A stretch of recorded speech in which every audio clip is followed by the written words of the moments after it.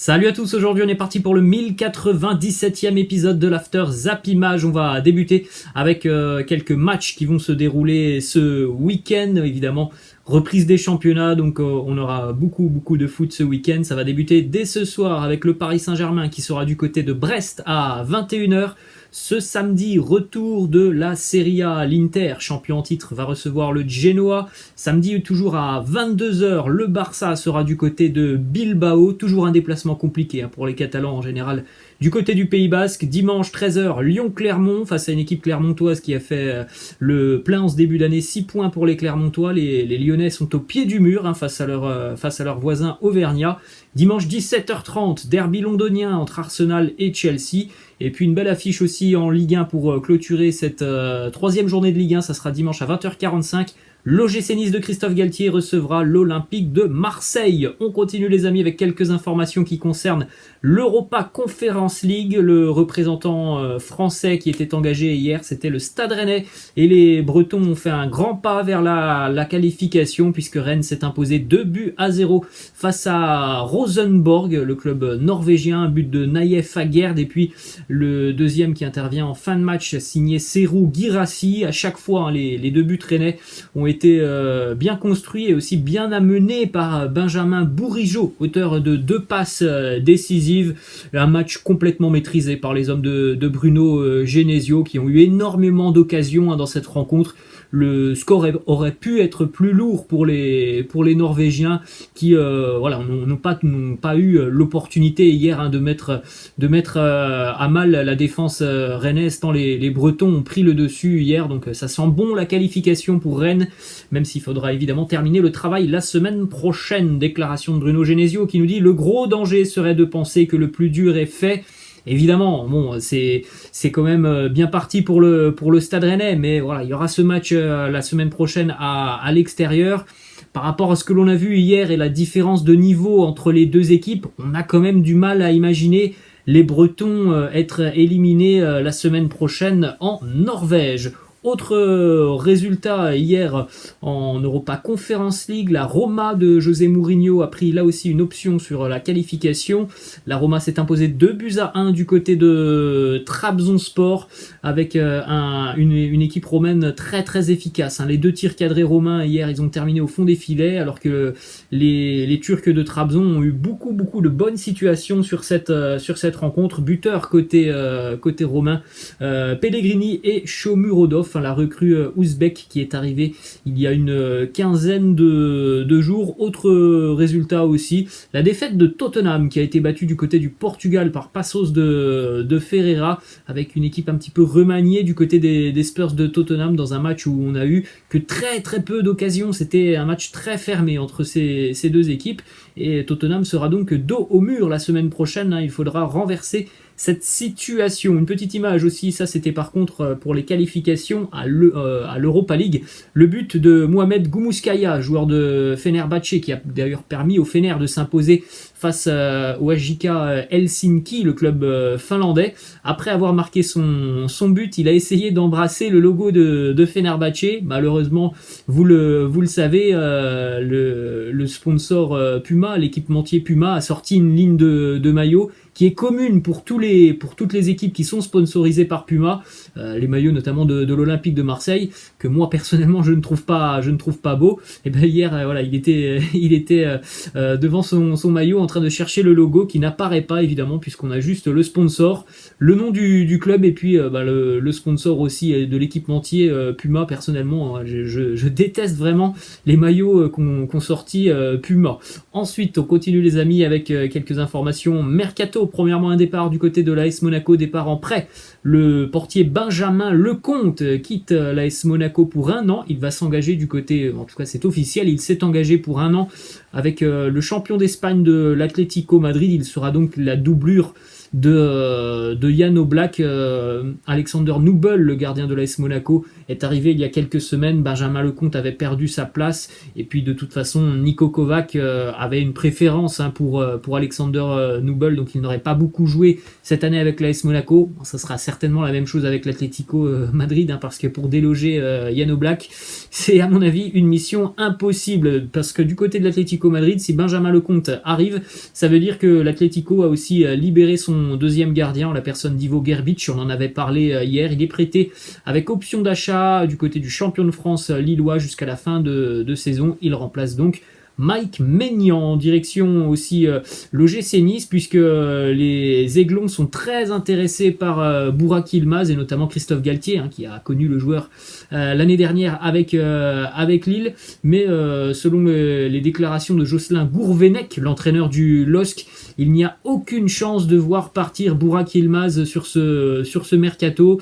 Alors on va rester quand même attentif à cette situation. Nice est très intéressé et on sait qu'il peut se passer beaucoup de choses sur les derniers jours d'un mercato. On enchaîne toujours du côté de l'OGC Nice, où les Aiglons sont aussi intéressés par Andy Delors.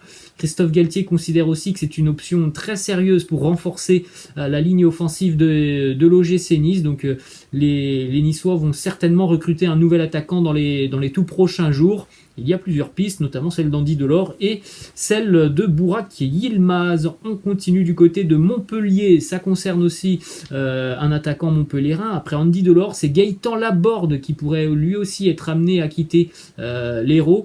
Rennes et West Ham se montrent intéressés par Gaëtan Laborde du côté de Montpellier. On ne retiendra pas le joueur en cas d'offre convenable.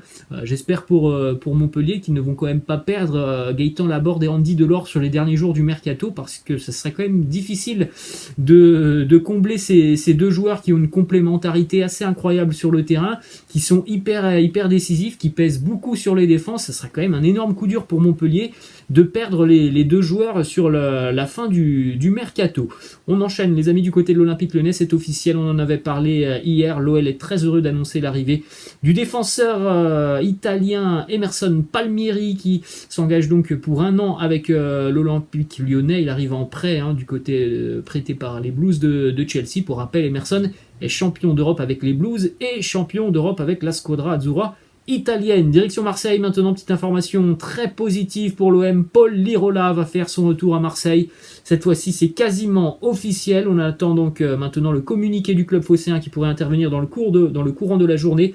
La Fiorentina et l'OM sont tombés d'accord pour un transfert autour de 12 millions d'euros. La visite médicale est prévue ce vendredi. Enfin, la fin de ce feuilleton Paul Lirola qui dure déjà depuis quasiment 3 mois. Toujours du côté de l'OM, Pablo Longoria cible un nouveau buteur, puisque du côté de Marseille, on a quand même perdu Benedetto il y a 24 ou 48 heures, là, je me souviens même plus.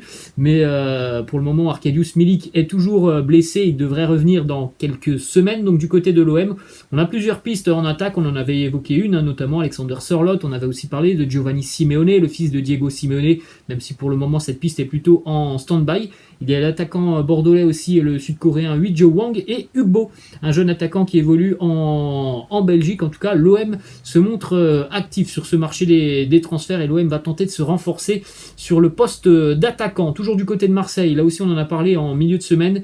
Le FC Séville fait de Boubacar Kamara l'une de ses priorités pour renforcer son effectif. 2 autres clubs sont intéressés, la Lazio et Newcastle. Pour rappel, Boubacar Kamara a encore 1 an de contrat avec l'Olympique de Marseille. Pablo Longoria attend au moins 20 millions d'euros pour le laisser partir. Info du côté de l'Olympique de Marseille, ça concerne l'international danois Daniel Vass. Les négociations sont toujours très compliquées entre Marseille et le FC Valence. Le FC Valence ne veut pas faire de cadeau à Pablo Longoria, donc pour le moment le dossier est un petit peu mis de côté. Direction Paris maintenant, déclaration de l'entraîneur du Paris Saint-Germain Mauricio Pochettino sur le nouveau gardien Gigio Donnarumma. Il nous dit: nous sommes très contents de son intégration, il a été élu meilleur joueur de l'Euro, vainqueur de l'Euro, il apporte une nouvelle énergie positive au groupe comme toutes les recrues. Ensuite, la déclaration de Pochettino sur l'avenir de Kylian Mbappé. Il nous dit: il travaille très dur, il est très motivé, c'est notre joueur, moi je le vois rester et être avec nous cette saison. On enchaîne avec une petite information justement sur ce dossier Kylian Mbappé. À 12 jours maintenant de la fin officielle, de la date butoir de fin du mercato, il n'y a aucune négociation actuellement entre le Real Madrid et le Paris Saint-Germain pour Kylian Mbappé. Donc autant dire quand même que ça sera très compliqué, parce qu'on sait que des négociations en termes de transfert, ça peut durer très longtemps. Évidemment, il y en a des négociations qui peuvent aller très très rapidement, mais des négociations pour un joueur de la valeur de Kylian Mbappé, c'est quand même très très rare que ça se passe assez rapidement. Donc je pense sincèrement que Kylian Mbappé jouera du côté du Paris Saint-Germain cette saison. On enchaîne avec quelques informations qui concernent le groupe parisien pour le déplacement du côté de Brest ce soir. Léo Messi ne sera pas du déplacement, tout comme Neymar qui est préservé, Marco Verratti, André Di Maria, Gigi Donnarumma, Marquinhos, eux sont présents dans le groupe. En ce qui concerne Sergio Ramos, évidemment, il est toujours blessé, il ne sera pas présent. C'est la même chose pour Colin Dagba, Levin Kurzawa, Sergio Rico, mais aussi Juan Bernat. Donc il y a quand même toujours quelques absents du côté du Paris Saint-Germain. Vous pouvez faire un petit arrêt sur image pour découvrir le groupe complet retenu par Mauricio Pochettino pour ce déplacement ce soir du côté de Francis Leblé, direction l'Espagne maintenant. Petite information qui concerne Karim Benzema qui devrait prolonger aujourd'hui son contrat avec le Real Madrid. Normalement, il y aura une prolongation de 1 an pour Kabenouévé qui devrait donc s'engager avec le Real jusqu'à l'issue de la saison 2023. Toujours du côté des merengues, la une du quotidien Marca aujourd'hui qui titre sans perdre de vue Haaland. Le Borussia Dortmund a déclaré que le joueur n'était pas à vendre sur ce mercato estival, mais on le sait, à partir du 1er septembre, Erling Haaland aura une clause libératoire de 75 millions d'euros et le Real Madrid est en pole position pour pouvoir le recruter en 2022. Donc le Real pourrait avoir l'année prochaine le duo Mbappé-Haaland pour au final 75 millions d'euros. Évidemment, je parle en indemnité de transfert, puisqu'après voilà, le salaire c'est autre chose, mais pourrait quand même avoir pour 75 millions d'euros Erling Haaland et Kylian Mbappé qui lui arriverait potentiellement gratuitement l'année prochaine. Ensuite, du côté de Barcelone, une petite information qui concerne Pedri qui souhaite continuer l'aventure avec le Barça. Les négociations sont très avancées entre les dirigeants catalans et les représentants de Pedri. Il pourrait y avoir un accord au mois de septembre. On parle d'une prolongation de 4 ans pour le jeune espagnol. Toujours du côté du Barça, au début du mercato, le club catalan était plutôt optimiste sur la possibilité de vendre et Samuel Umtiti et Miralem Pjanic. En ce moment, du côté du Barça, eh bien, on est plutôt résigné et on pense tout simplement que Umtiti finira par partir gratuitement et que ça sera plutôt un prêt pour Miralem Pjanic. Donc, au final, voilà, c'est pas ce qu'espérait le Barça qui voulait évidemment plutôt une indemnité de transfert. Direction le Betis Séville maintenant, l'arrivée d'un international argentin, un champion vainqueur de la Copa América avec l'Argentine. Le défenseur Jermaine Petzela est de retour au Betis Séville. Il y a évolué déjà il y a 4 ou 5 ans. Transfert de 4 millions d'euros. Il arrive en provenance de la Fiorentina. D'ailleurs, vous pouvez retrouver la vidéo de présentation sur les réseaux sociaux du Betis Séville. Une vidéo assez originale qui a été faite et réalisée sous le thème de GTA. Donc c'est plutôt pas mal réalisé. Direction l'Angleterre maintenant. Petite information qui concerne Dele Alli qui a vraiment beaucoup travaillé sur cette période de préparation. Il faut savoir que lorsque José Mourinho était du côté de Tottenham la saison passée, Dele Alli était surnommé The fucking lazy, le putain de flemmard. Et depuis donc tout ce qui s'est passé avec José Mourinho, Dele Alli s'est remis en question. Il travaille beaucoup plus. Il est revenu cet été prêt physiquement. Il a joué tous les matchs de préparation avec les Spurs. Il a d'ailleurs marqué 2 buts. Bon, hier, il n'a pas joué face à Passos de Ferreira. Et Nuno Espirito Santo est très satisfait, en tout cas, du travail du joueur à l'entraînement. C'est plutôt une bonne nouvelle pour Dele Alli, parce que ça fait quand même quelques années qu'il s'est un petit peu perdu en cours de route. Direction l'Italie maintenant, information qui concerne Alessandro Florenzi, l'ancien latéral du Paris Saint-Germain. Il y a un accord entre l'AC Milan et l'AS Roma pour le prêt d'Alessandro Florenzi. Il devrait y avoir aussi une option d'achat, toujours du côté de l'Italie. Une petite information qui concerne l'Inter Milan qui est entré en contact officiellement avec le Borussia Mönchengladbach pour Marcus Thuram. Du côté de Gladbach, on attend au moins 30 millions d'euros. Direction Naples maintenant les amis, avec les 3 nouveaux maillots du Napoli qui a d'ailleurs changé d'équipementier. Ça faisait 6 ans que le Napoli était sponsorisé par Kappa. eh bien c'est maintenant Giorgio Armani qui sponsorise le club napolitain.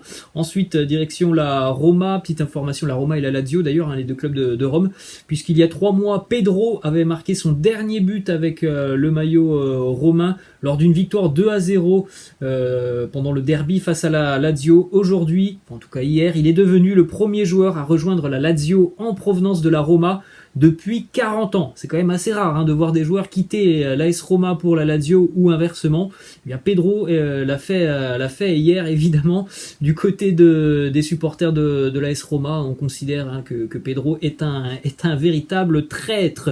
Direction l'Allemagne maintenant, avec une petite information qui concerne Manuel Neuer, qui s'est blessé à la cheville droite il y a 2 jours. Il était absent de l'entraînement hier, Manuel Neuer, donc à voir s'il sera présent ce week-end avec le Bayern Munich. Autre information côté bavarois en ce qui concerne Robert Lewandowski. Le Bayern ne veut pas se séparer de Lewandowski sur ce mercato. Plusieurs sources depuis quelques jours annonçaient des envies de départ de Robert Lewandowski qui aimerait un nouveau challenge. En tout cas, ce nouveau challenge peut-être qu'il arrivera, mais ça ne sera pas pour ce mercato estival. Une petite information du côté de la Première Ligue, un renfort du côté de Watford, l'arrivée d'un international turc, Ozan Tufan, arrive en provenance de Fenerbahçe. Et on va terminer les amis avec une déclaration de Tony Kroos qui nous dit: pour moi c'est Cristiano le meilleur joueur de tous les temps. Bien sûr mon avis est biaisé, il a contribué de manière décisive à nous faire gagner beaucoup de titres, il est le plus complet, il est hors de question pour moi de dire Messi. Voilà les amis, la fin de cet After Zappimage. J'espère que ça vous a plu. N'hésitez pas comme d'habitude à lâcher un petit pouce bleu. Je vous laisse et je vous dis à la prochaine. Ciao.